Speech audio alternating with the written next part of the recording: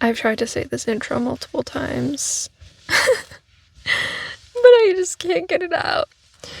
What is up, lovely people? This video is about my experience with autistic burnout. These clips were all filmed a while ago at this point, maybe like a month ago, but I've been really busy, and I've also really struggled with how to put this video together, and now I have this kind of new concept of it that I think will work a lot better than what it was before. So I'm making a new intro to kind of guide that. I'm masking a little bit right now, so I apologize if that's like weird. I feel like there's a specific message I need to get out, and I need to like lock in for a second and get in character. So there's a few different clips in this video that kind of go through different aspects of what I want to talk about. I was watching it earlier today, and I wrote down some notes of what I want to say to introduce everything. This is like by no means like an educational like resource. I will put some videos in the description that were really helpful to me when I'm not doing a very good job of masking right now. I'm sorry. I don't even know what's happening. What I was saying is I am going to put a couple of videos in the description that were really helpful to me. Like I don't have the words right now to explain it, but when I say really helpful, I mean like they literally like pulled me out of the abyss. Like they were my tether. They made so much make sense to me, and I just was like, oh my God, I'm not alone. Like I have this is real. This is a real thing, and I have these experiences. Like it's because it's this set of experiences that other people have had, and like I share that with them, and I can like hear their experiences and hear that they recovered from it. It just knowing that you're not crazy is like the biggest relief. Because when this is happening, it's so confusing and scary. Especially when you don't know what was going on. I had a burnout happen in 2021, and that was the time when I figured out that I was autistic, because it was just the only thing that made sense with my symptoms, and it was just really helpful. On this last burnout, which was 2024, that's when I found these videos, and they're very helpful. This channel style in general is very much like a vlog, kind of like FaceTime call style. So I think for some of the clips coming up, I'm driving, so it's not like a super like sit down, like well produced kind of a thing. And the videos that I will be linking are, so if that's what you're looking for more, then I would definitely watch those. But yes, so in the first clip that is going to play, it's I'm going to be giving an official definition of burnout, and then I'll talk about like what it means to me. And then the second clip is kind of a moment of me after work, really just kind of struggling a bit, and I had some things I wanted to say about burnout. So I'm talking about some of my current experiences in that clip.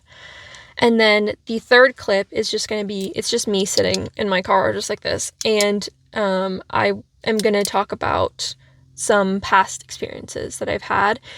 I'm not going to be able to describe everything and like list everything that happened. I think maybe a couple years from now I'll be able to do that, but I had to, this was kind of a thing where it just was like really, it was really traumatic, and it's very hard for me to think about and talk about, so I really had to like sit down and kind of just talk about whatever I could access.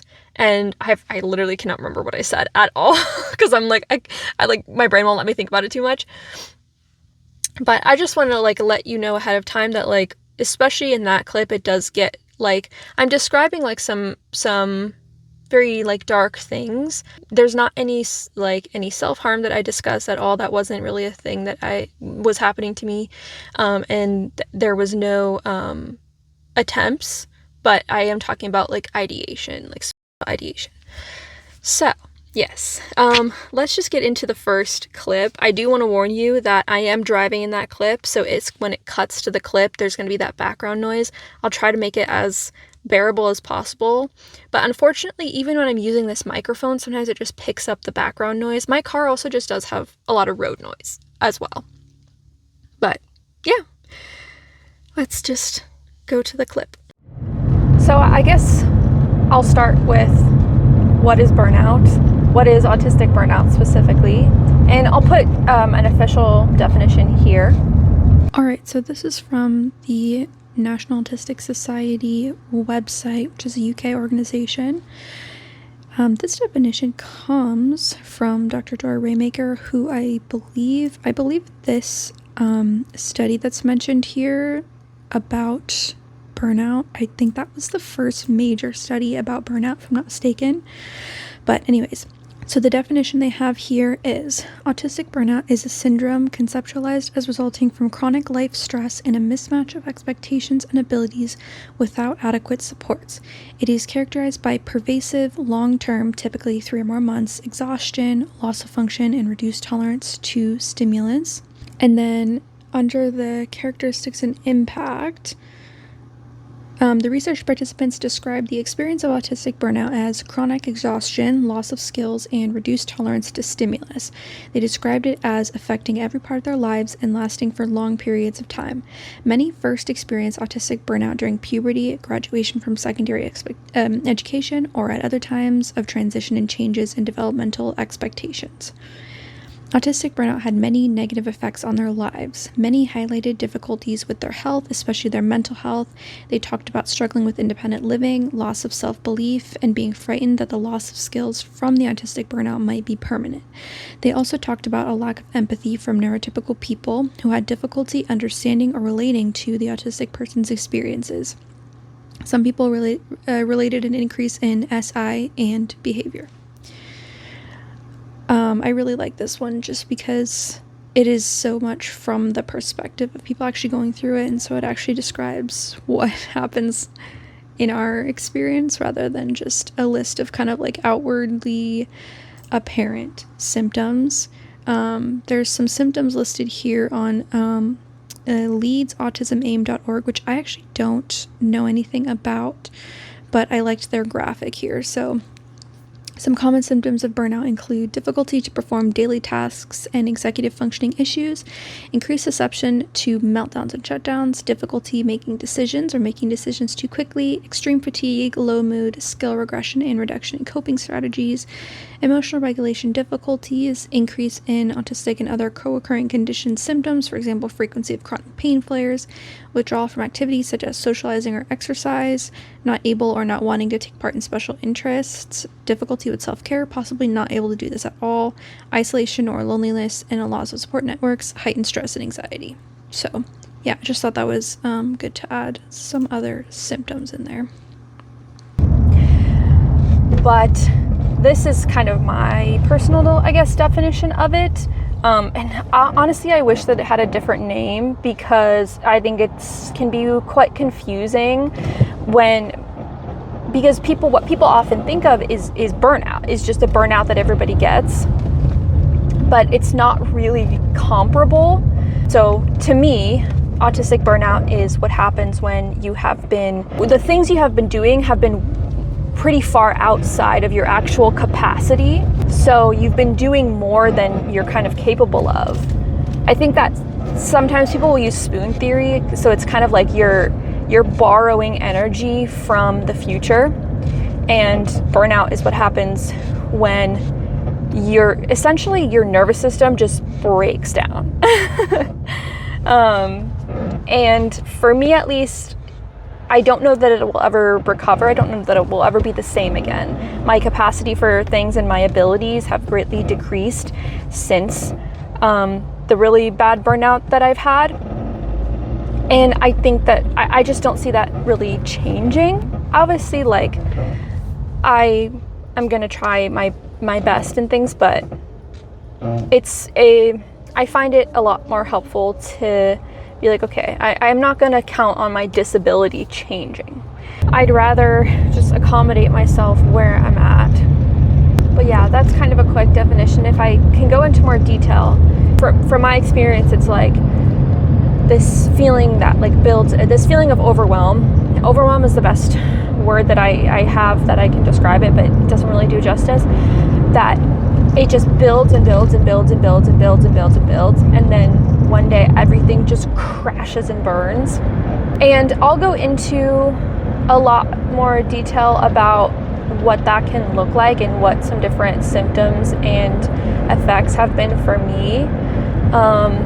Right now, I am mostly just really was struggling with work, and because all of my mental resources get really diminished when my burnout is getting worse. Because I had so few resources, I was putting everything I had and more into work, and so outside of work I was losing the ability to do basic things to take care of myself. So yeah, I wasn't able to function because of that. I'm hoping that with taking a break from work, I'll be able to move in the direction of recovery again. But I was just talking to my therapist today about how what was happening before I quit was I was doing way more than my window of what I'm actually able to do. And so removing that thing doesn't mean I have now put myself in a position where I'm doing a comfortable amount of things. It might just mean that I'm now within my window of capability, but still like feeling really overloaded, because I am. I am. But yeah, so it makes everything harder, I guess, and all of the symptoms, I guess, of autism usually become more intense. So increased sensory issues, decreased ability to process things, more easily getting overstimulated and having meltdowns, things like that. I lose the ability to do things like, I don't know that I've ever been like physically incapable of speech, but it is really hard for me and kind of nauseating. It makes me feel car sick sometimes. But yeah, I think at this point I'm kind of rambling. I just want you guys to know that if you're experiencing it, you're not alone. Okay, I just want to cut in here really quick just to say that in this clip, first of all, it's very dark. So I apologize in advance for that. I explained a little bit about that in the clip. But also, in this clip, I will seem a lot different. The clip itself was filmed after a work day, and I really have trouble talking often, especially towards the end of the work week. So that's why, but I wanted to keep that clip in because I think that it's like an authentic moment of me kind of having things I wanted to say and saying it. And I think that the way I'm acting in that clip is like part of it's part of burnout. And so I hope that like people can see that and be like, okay, like that's happened to me, so it's happening to another person, that's normal, etc. So yeah, let's get to that clip. What's up? It's very dark, and I apologize for that. Normally I would just film this a different time, but I have words now. I don't know if I'll have words later, and I just want to be in the dark right now. And I can't be in the dark at home where my dim lights are because there's people there. And yes, so I do apologize. And I don't know, I feel better when you can't see my face as well. So I think this is just the mood for right now. This video is about burnout. And it's funny because when I originally was planning to start this video. I was having a good day and I was feeling like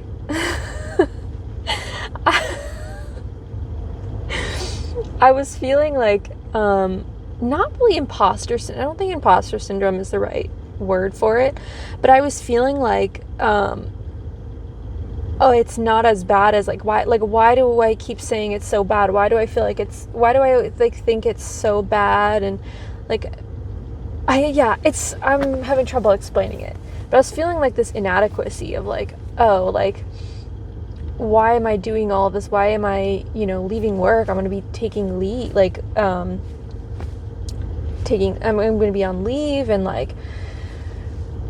why am I doing all this if I'm actually just a wimp and it's not that bad. Which I don't know if, actually I'm quite sure that a lot of us do that. I think that it's not uncommon. But several days after that have been really, really, really bad days. So I kind of, my brain was like, okay, we're not having imposter syndrome. Things actually are quite bad right now. But I am kind of in a place where my burnout is really bad. I think I've said this in another video, but by the time it gets to the end of the week, I really am not functioning very well. I have trouble driving home from work on Thursdays and Fridays because I'm just completely just fried, and I'm just like a pile of sludge. Uncooked batter. I'm sorry, I'm a metaphor person. I love metaphors so much. And I'm not really able to take care of myself, especially before I started taking my current medication. I'm having trouble with basically everything. Before I started the medication, I was having trouble. I couldn't feed myself. I was having trouble keeping up with hygiene, completing any task, cleaning, laundry. And I'm doing marginally better with those things on this medication, but I still can't take care of myself. I can't get the things done that need to get done. And I keep psyching myself out because this level of burnout is not the worst that it's ever been. I never really fully recovered from the worst that it was. I guess I'm still in that burnout. It's just I got very much better. I made a lot of progress last spring, and then because I wasn't working, and then ever since I went back to work, it's just been slow descent again. And I can't I'm not even on my last legs with work. I left those legs a while back, and now I'm just dragging myself on the ground, bleeding everywhere, trying to get to the finish line so that I am finally done with work. I'm finally done with this job. But because it's been so much worse, for some reason I keep feeling bad about myself. And I'll go into a little bit of how it was when it was the worst, because when I brought this up in therapy, my therapist said it is so much better to make changes and to stop the burnout when you know it's happening and when you know that it is going to end up at the worst it can be again. It is so much better to do what you can before you get to that point, because it's better for you, it's better for anyone who's helping you, that you don't ever get to that point again. So that is, I guess, what I am currently struggling with this thing of, okay, it's not the worst it's ever been, but this is still burnout. Sorry, the angle's a little bit worse, but my phone fell, and I don't think it's gonna stay unless I keep it like this. It might fall again, but yeah, so I kind of forgot where I was going with that. I hope that this video is helpful in identifying burnout, and I hope that if you are at a place where it's not the worst that it could possibly be, that you give yourself the permission maybe to make changes, even if it inconveniences other people, or if you feel like you're not being productive, or you're not living up to certain expectations or standards.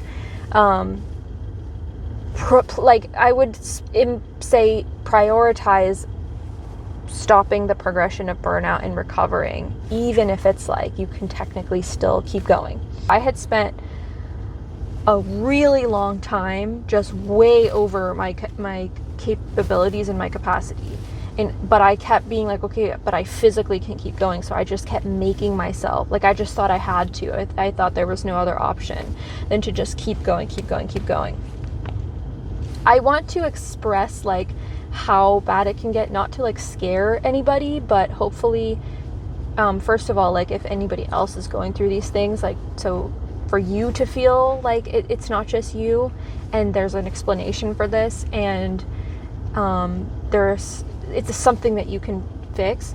But also I want it to be like, if you're not at this point yet, I want you to hear it and be like, I want to take care of myself so that doesn't happen. Let me get into, I guess, trying to describe the worst that it got for me personally.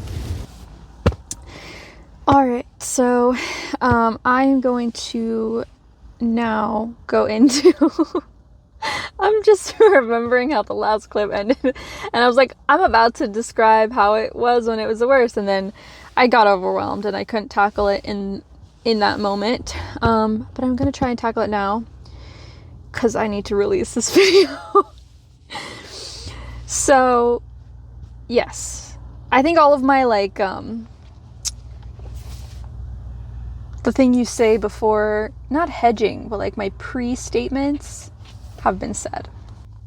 I'm gonna start with a comment that I left on a post on Instagram that was talking about burnout. I believe that is kind of going to be my gateway into remembering some of these things, because I wrote it kind of while it was happening, a little bit after the worst that it got. I'm sorry if I'm talking louder in this clip. I have my headphones on.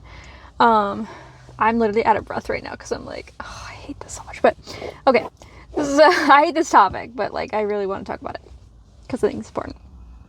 So yeah, I wrote this comment when I was really close to a lot of the memories, and so it was, I still kind of remembered a lot of it. This was not last autumn, but the autumn before, so kind of late summer into autumn. And I really had trouble remembering a lot of it and kind of being able to describe it cohesively. So that's why I'm going to start with this comment and hopefully kind of go from there. This doesn't talk about everything I was experiencing. I think probably a lot of the stuff that's not in here was in the original post, which I don't have access to. I just have a screenshot of the comment that I found in my camera roll when I was trying to like jog my memory, because I didn't take any pictures during that time either, hardly any. So it's really hard to, I use my camera roll a lot to help like my linear memory. Anyways, here's the comment that I left. This is in response to something. So I said, yes, I also experienced loss of motor skills, like dropping stuff and stumbling. That was pretty bad. Major executive function loss. I actually got my assessment done during this burnout, and I scored in, oh shoot. There's something I scored in 97th percentile for. No. I scored the 97th percentile for black and white thinking, cognitive rigidity. And I scored in the 99th percentile for executive dysfunction at the time. Narcolepsy symptoms. I would nod off almost while driving. And a lot of the time when I would get home from work, I kind of would nod off uncontrollably. Like I wouldn't be able to stop myself from taking a nap. And then when I had stopped working for a while, I basically for an entire month and a little bit, every day I slept like at least 12 hours every night. And then I took multiple naps throughout the day. That is when I triggered my sleep paralysis, because I was sleeping so much that I started having sleep paralysis, which I'd never had before. And now to this day, I still have, which is annoying. But yeah, I was probably sleeping like 20 hours a day, just nap after nap after nap, and then sleeping like really, I slept a lot, which I had to. I mean, I had to do that. There was no way around it. I needed that rest. But anyways, a lot of autistic paralysis. I don't know if this is really a word, but I go on to say not physically paralyzed, but got stuck a lot, especially at transition points. So for example, I'd get home and not be able to get out of the car for 30 minutes. Yeah. So like, sometimes it was over an hour where I would get home, especially from work, but it got to a point where anytime I got home from anywhere, no matter what, I would not be able to move to get out of my car for usually at least 30 minutes. And like, I couldn't move. Like maybe if like, I'm sure like if my car started being on fire, like I would have gotten out and gone inside, but I just could not move, and I would just have to sit there and zone out. Like I zoned out so much, and I would just zone out, and I would just have to sit there and be zoned out. I'm repeating myself. But yeah, it was very intense. I don't know if that's the right word, but like it was very severe. Frequent meltdowns. Getting very close to autistic catatonia very often, though thankfully never went fully catatonic. That I need to actually do more research on, because that is a thing, is autistic catatonia. And what I'm kind of describing here is where I was so tired, couldn't move, and I felt so sludgy and heavy that I almost lost consciousness, or I felt like I was about to lose consciousness, and I could not move a muscle. But I have heard people describe this in a way that's like worse than what I was experiencing. Like if something were to happen that would need my attention and need to rouse me, like I would have been able to kind of come out of it slowly and like pay attention to what I needed to pay attention to. I think it never really happened, because it usually happened when I was at home, but yeah, it was really scary, man. It was like I was getting slowly sucked into a portal to like the upside down. It was really scary. I was often scared that I was gonna like leave my body. Also got close to psychosis several times. That was a whole thing. And also and I don't want to use these words and like, because I was never diagnosed with catatonia, I was never diagnosed with psychosis. I'm more so using these words to kind of try and describe my experience, but I'm not like trying to claim that these are like, I definitely almost had psychosis. Like what I experienced, I believe I was really approaching psychosis, but that was never a diagnosis that I got. And also had a host of awful health issues pop up. Yeah, I'll go into that more at the end of this. I wish people talked about this stuff more. I'm so lucky that by the time this happened, I knew I was autistic and knew about burnout and recognized a lot of the symptoms. Yeah, that was kind of my saving grace. In 2021 was what I would consider my first burnout.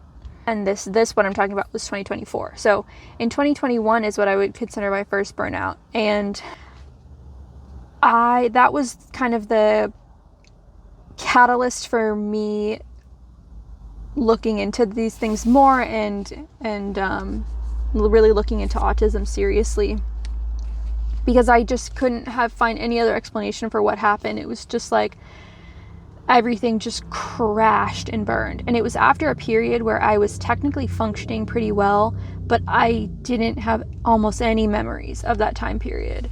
And then it just crashed, and I came back to reality, and I could not stand being in my own skin, and I always felt like I was about to pass out. I have had agoraphobia kind of off and on pretty bad throughout my teenage and adulthood, and it got really bad again, and the apartment that I was living in got categorized as outside. So I was always experiencing extreme anxiety when I was at home, because the only place that kind of counted as inside was one of my parents' houses, either one, which was really frustrating. During that time, I actually slept in my car not most nights. I would stay in my car really late into the night a lot of the time. And I can't remember how often it was. It was often enough. Like it happened maybe like 20 times, 20 to 30 times. Oh, maybe that's too much. Maybe like, yeah, I can't remember how many times it happened. It was definitely double digit amount of times. Like, could have been 10, it could have been 30. I don't. Because I spent so much time just sitting there in my car, kind of trying to build up the courage to go to my apartment and sleep, which again, it's hard for me to remember because a lot of the nights that I did go to my apartment and sleep, I can't recall at all. I have no memory of. So the reason I was sleeping in my car is because I just I could not stop panicking unless I was at my dad's house. It could have been my mom's house either, but I did not have a lot of support this time of my life, and my dad was kind of the only one that would let me park my car there when I was panicking. I don't want to go into family stuff, but that was kind of the only place I had any support from at the time. So, but he did not want me to come into the house and sleep over. I think that his reasoning may have been along the lines of like, because the way, I'm going so on a tangent here, but the way my parents were taught to handle my anxiety when I was growing up, I'm going to try to say this succinctly, was don't enable the anxiety. Don't do anything the anxiety wants you to do, because that will make the anxiety worse. I've made a video kind of around that philosophy and around exposure therapy, which I really, really, really don't like. My current therapist, just to give a different perspective, her thing is the amount you should push yourself is slightly outside of your comfort zone. That's how much you should be pushing yourself. So I wasn't allowed in the house, but I was just too scared to not be there, so I would sleep in my car in the driveway of the house. Anyways, I all that to say, like, a lot of my other issues would flare up really bad. My depression was extremely bad this last go around. I had some other things going on in my life, which maybe I'll talk about that someday, but there was a lot happening, so a lot of changes, and my job was really not working for me, etc.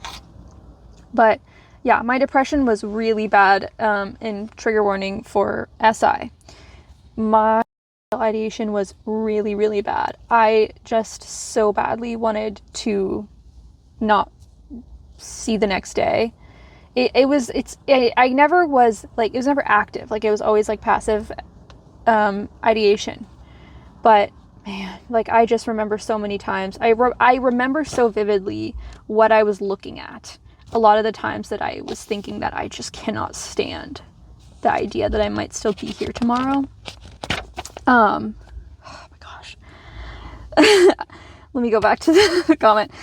I wish people talked about this more, though, in detail, especially the part where it manifests in awful physical symptoms, but rarely actual diagnosis of health conditions. It was a crazy experience and very hard to recover from. Still recovering here. I can't remember exactly when I made this comment. But yeah, the physical symptoms. I was in urgent care so often. And I went to the ER as well. But I just always thought I was dying because I was having these real physical symptoms. I would have things like palpitations. I would be laying in bed and my heart would be racing, and I wouldn't be able to figure out why. I had chest pains all the time. I was always lightheaded. My vision would be weird. I always thought I was going to pass out. I always thought I was going to yeet out of my body. There was a couple things, like, I do actually have a diagnosis now of arrhythmias. At the time, I did not have any such diagnosis. I just kept going to the ER and urgent care, and nobody knew what was going on with me. But I was like, I had these like insane symptoms. It felt like I was dying all the time, and I was convinced that I was about to die. Which I that's kind of like I don't know, the right word isn't funny here, but the irony is, like, I think that a lot of people can relate to that, where you have like really strong suicidal ideation, but you're really scared when you think you might be like dying of an illness. I'm sorry for laughing. It's not funny. I just don't know how else to emote in response to that. But, or like as I'm saying it. I was watching footage of myself recently and I'm like, why do I keep randomly laughing? Like, I don't know. Anyways. Oh, and I do actually have binocular vision dysfunction. And I think for a while I was thinking that I was getting migraines without pain because I was having insane symptoms. I do have binocular vision dysfunction, which is probably where some of the vision issues and dizziness are coming from. But also when I dissociate, my vision changes. And when I'm overstimulated, my vision changes. And then the other thing is that I could not recognize anxiety that I was having because I had such a bad flare-up of health anxiety at that time as well. I could not recognize. And the other thing was I was extremely paranoid that a particular person, was going to break into my apartment. I couldn't sleep in my apartment again for that reason because I cannot even describe how terrified I was. If I woke up and I heard a noise outside, like that was, oh my God, I cannot even tell you the fear. And I would have all these nightmares where I would try to dial 911 and I wouldn't be able to press the buttons or I wouldn't be able to dial it. Oh my God. Oh my gosh. Okay. Back to the point. So I could not recognize often that what I was experiencing was anxiety because I've had anxiety my whole life. And over the many years, I learned to recognize, okay, I know that I think this bad thing is going to happen, but I also know that I'm anxious right now. I can tell because my stomach is fluttery, my palms are sweaty, my heart is beating really hard, my head has that weird feeling. Like I had all these symptoms where I was like, okay, but I'm anxious. So I know that whatever these thoughts I'm having are just because I'm anxious. But part of this burnout was I kind of had, and this happened before the burnout itself, but I can almost describe it as one day I felt like my entire nervous system broke. And from that moment on, I'm starting to kind of recover from this, but from that moment on, I did not experience anxiety the same way at all. I lost all of those anxiety symptoms. I did not have any of the fluttery stomach, fast heartbeat, sweaty palms. I had none of those symptoms because my nervous system was just completely shot. And so my anxiety would just be the really convincing anxiety thoughts. And I didn't have any recognizable symptoms in my body that I could point to and be like, oh, this is anxiety. All right, I'm back. Oh, trying to get comfortable.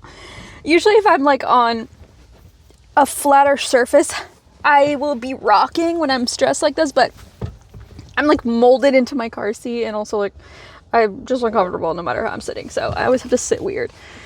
Also fun fact, here, this is just a little break in here for some levity. A fun fact is I am currently filming this in the same location as the very dark clip. So it's just much later. It's like, oh my God, I think like a week or two later. I think probably like 2 weeks. Anyways, let me get back into it. I do really struggle to kind of access a lot of these memories. I definitely, even honestly before this burnout kind of really crashed and burned, my ability to socialize was just gone. I cut off like all of the people that I hung out with. I just stopped talking to everybody. I mean, it was more complicated than that. I had a lot of friends that I kind of just like I didn't feel like I really connected with them at all. I didn't feel like we had anything in common. I just was friends with them because we were friends, and they only knew kind of the masked version of me, and I didn't enjoy hanging out with any of my friends. There were a couple of people from my job, one of the jobs I had, that I still hang out with every so often, but I just kind of stopped talking to everyone because I just had no ability to socialize. I cannot even describe the way I felt driving to work in the mornings, and it was just like, I cannot describe to you how much effort it took to get myself out the door. It was violent. Because I essentially was being violent to myself. I was forcing myself to go out and go to work, which I also wrote down a comment someone left on Reddit to kind of wrap this up with. But yeah, I think that we maybe also don't talk enough about what it takes to recover from this. And it's part of why I wish that there was kind of a term for it that differentiated it from regular burnout, because most of the time when people are burnt out, they take some time off and then they get back to it. But autistic burnout can take months to years to recover from. And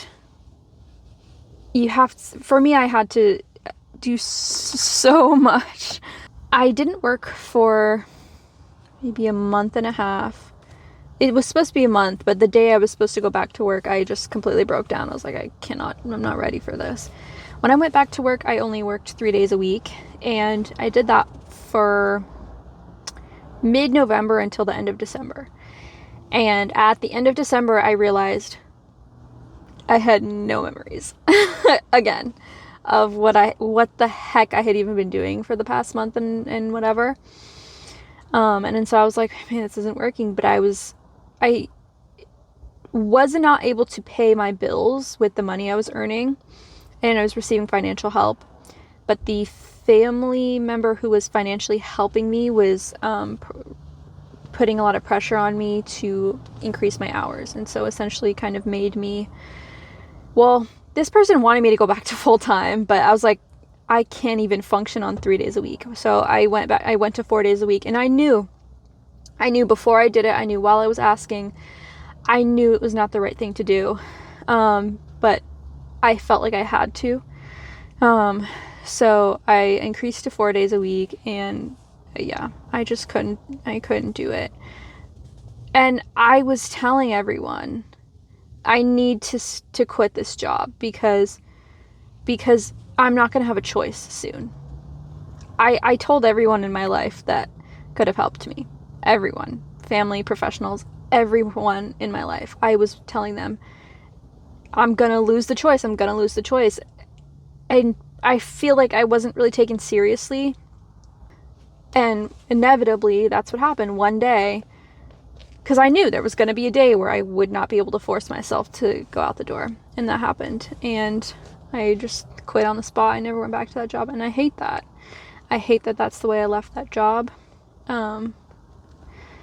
That's part of why, even when I feel like maybe I could keep going for a little bit, ultimately it was the right decision for me to stop working this time around, now that it's getting bad again, because I was able to leave this job on really good terms. I was able to give them a ton of notice. They were able to hire somebody. I just feel a lot better, and I was able to make plans. That's the thing, is that, and I'm so lucky that I am able to stop working. I mean, for me, it's the reason I'm able to is a combination of like state resources and family support. But if things didn't line up in a way where I could, and that's a position that so many of us are in, and I hope that you can do whatever you can to prepare. If you feel like you're kind of heading down this road, look at what the resources are. Look at what you could do if there comes a day where you can't work anymore. Let me read this comment. Somebody, I don't have a username in the screenshot, but this is on the Autism in Women subreddit, which I really like. My experience was that I worked like this, in reference to the post, just work and nothing else, full-time. I think it was about working full-time, until I just collapsed with burnout and then couldn't work at all for years, and have only ever managed to work fairly restricted part-time since. I would have been much better off if I'd worked a manageable amount from the beginning and not wasted years of my life in burnout and left myself less able to do things permanently. I'd really encourage people to try and find a workable balance before you're in trouble, not after. Obviously, to the best of your ability, not only circumstances, but executive functioning can really prevent us from being able to do these things to kind of prepare. I am going to be starting a series, just a burnout recovery series, now that I am not working anymore and hopefully can start recovering. I'm not feeling very good this week, but that's part of it. And I think later on in this series, I'll definitely be talking about what to do, what things you can do, and yeah. I hate to kind of leave this on such a depressing note, but I think that for me, listening to other people's experiences like this felt like a weight was lifting. It was so validating to hear other people express it, because I was like, oh, I'm not crazy. This is actually happening, and there's a reason for it, and there's other people who feel like this, and I'm not alone. Like that really, really kept me holding on and brought the light back into my life. And so I really hope that this kind of contributes to that for some people. Yeah. This recounting was a little disjointed, and I know that there are a lot of things that I'm forgetting, and symptoms I had that I'm just not able to remember or articulate. I think it's so important, especially because of the lack of information and research on autism through all demographics. It's really important to be learning about these things and hearing about them, talking about them from autistic people. And I'm hoping that I can give a decent perspective of my experience as someone who, I would say, I mean, my diagnosis is level 1, but my assessor really had trouble deciding between 1 and 2, but ultimately a lot of it's based around social difficulties, so that's why I ended up in level 1. I don't like the levels, actually, because I really like the spiky profile model, and it just doesn't really fit well with the levels to me. It still seems like it's based on how other people experience us versus our own experience, and I just think like it can feel invalidating for people that maybe are not considered in need of as much help, and I think that it can feel kind of hurtful and insulting to people that have higher support needs, because essentially they're being told that they have more, they cause people more problems. They have more of an impact on the people around them, and like more deficits. And it's like, I just don't like the language around it. But I've gone on long enough. So yeah, I don't know how to end this. I wish you much health. If you're dealing with burnout, I really wish you some recovery, and this will always be hopefully a safe and helpful place for you. I'm very happy to have you here, and I truly believe that things will get better for you, and that it is possible to have a life that feels like you can keep doing it indefinitely, like forever, until you're old. Yeah. All right. I don't know how to end this. I'll see you in the burnout series. Yeah. Thank you. Bye.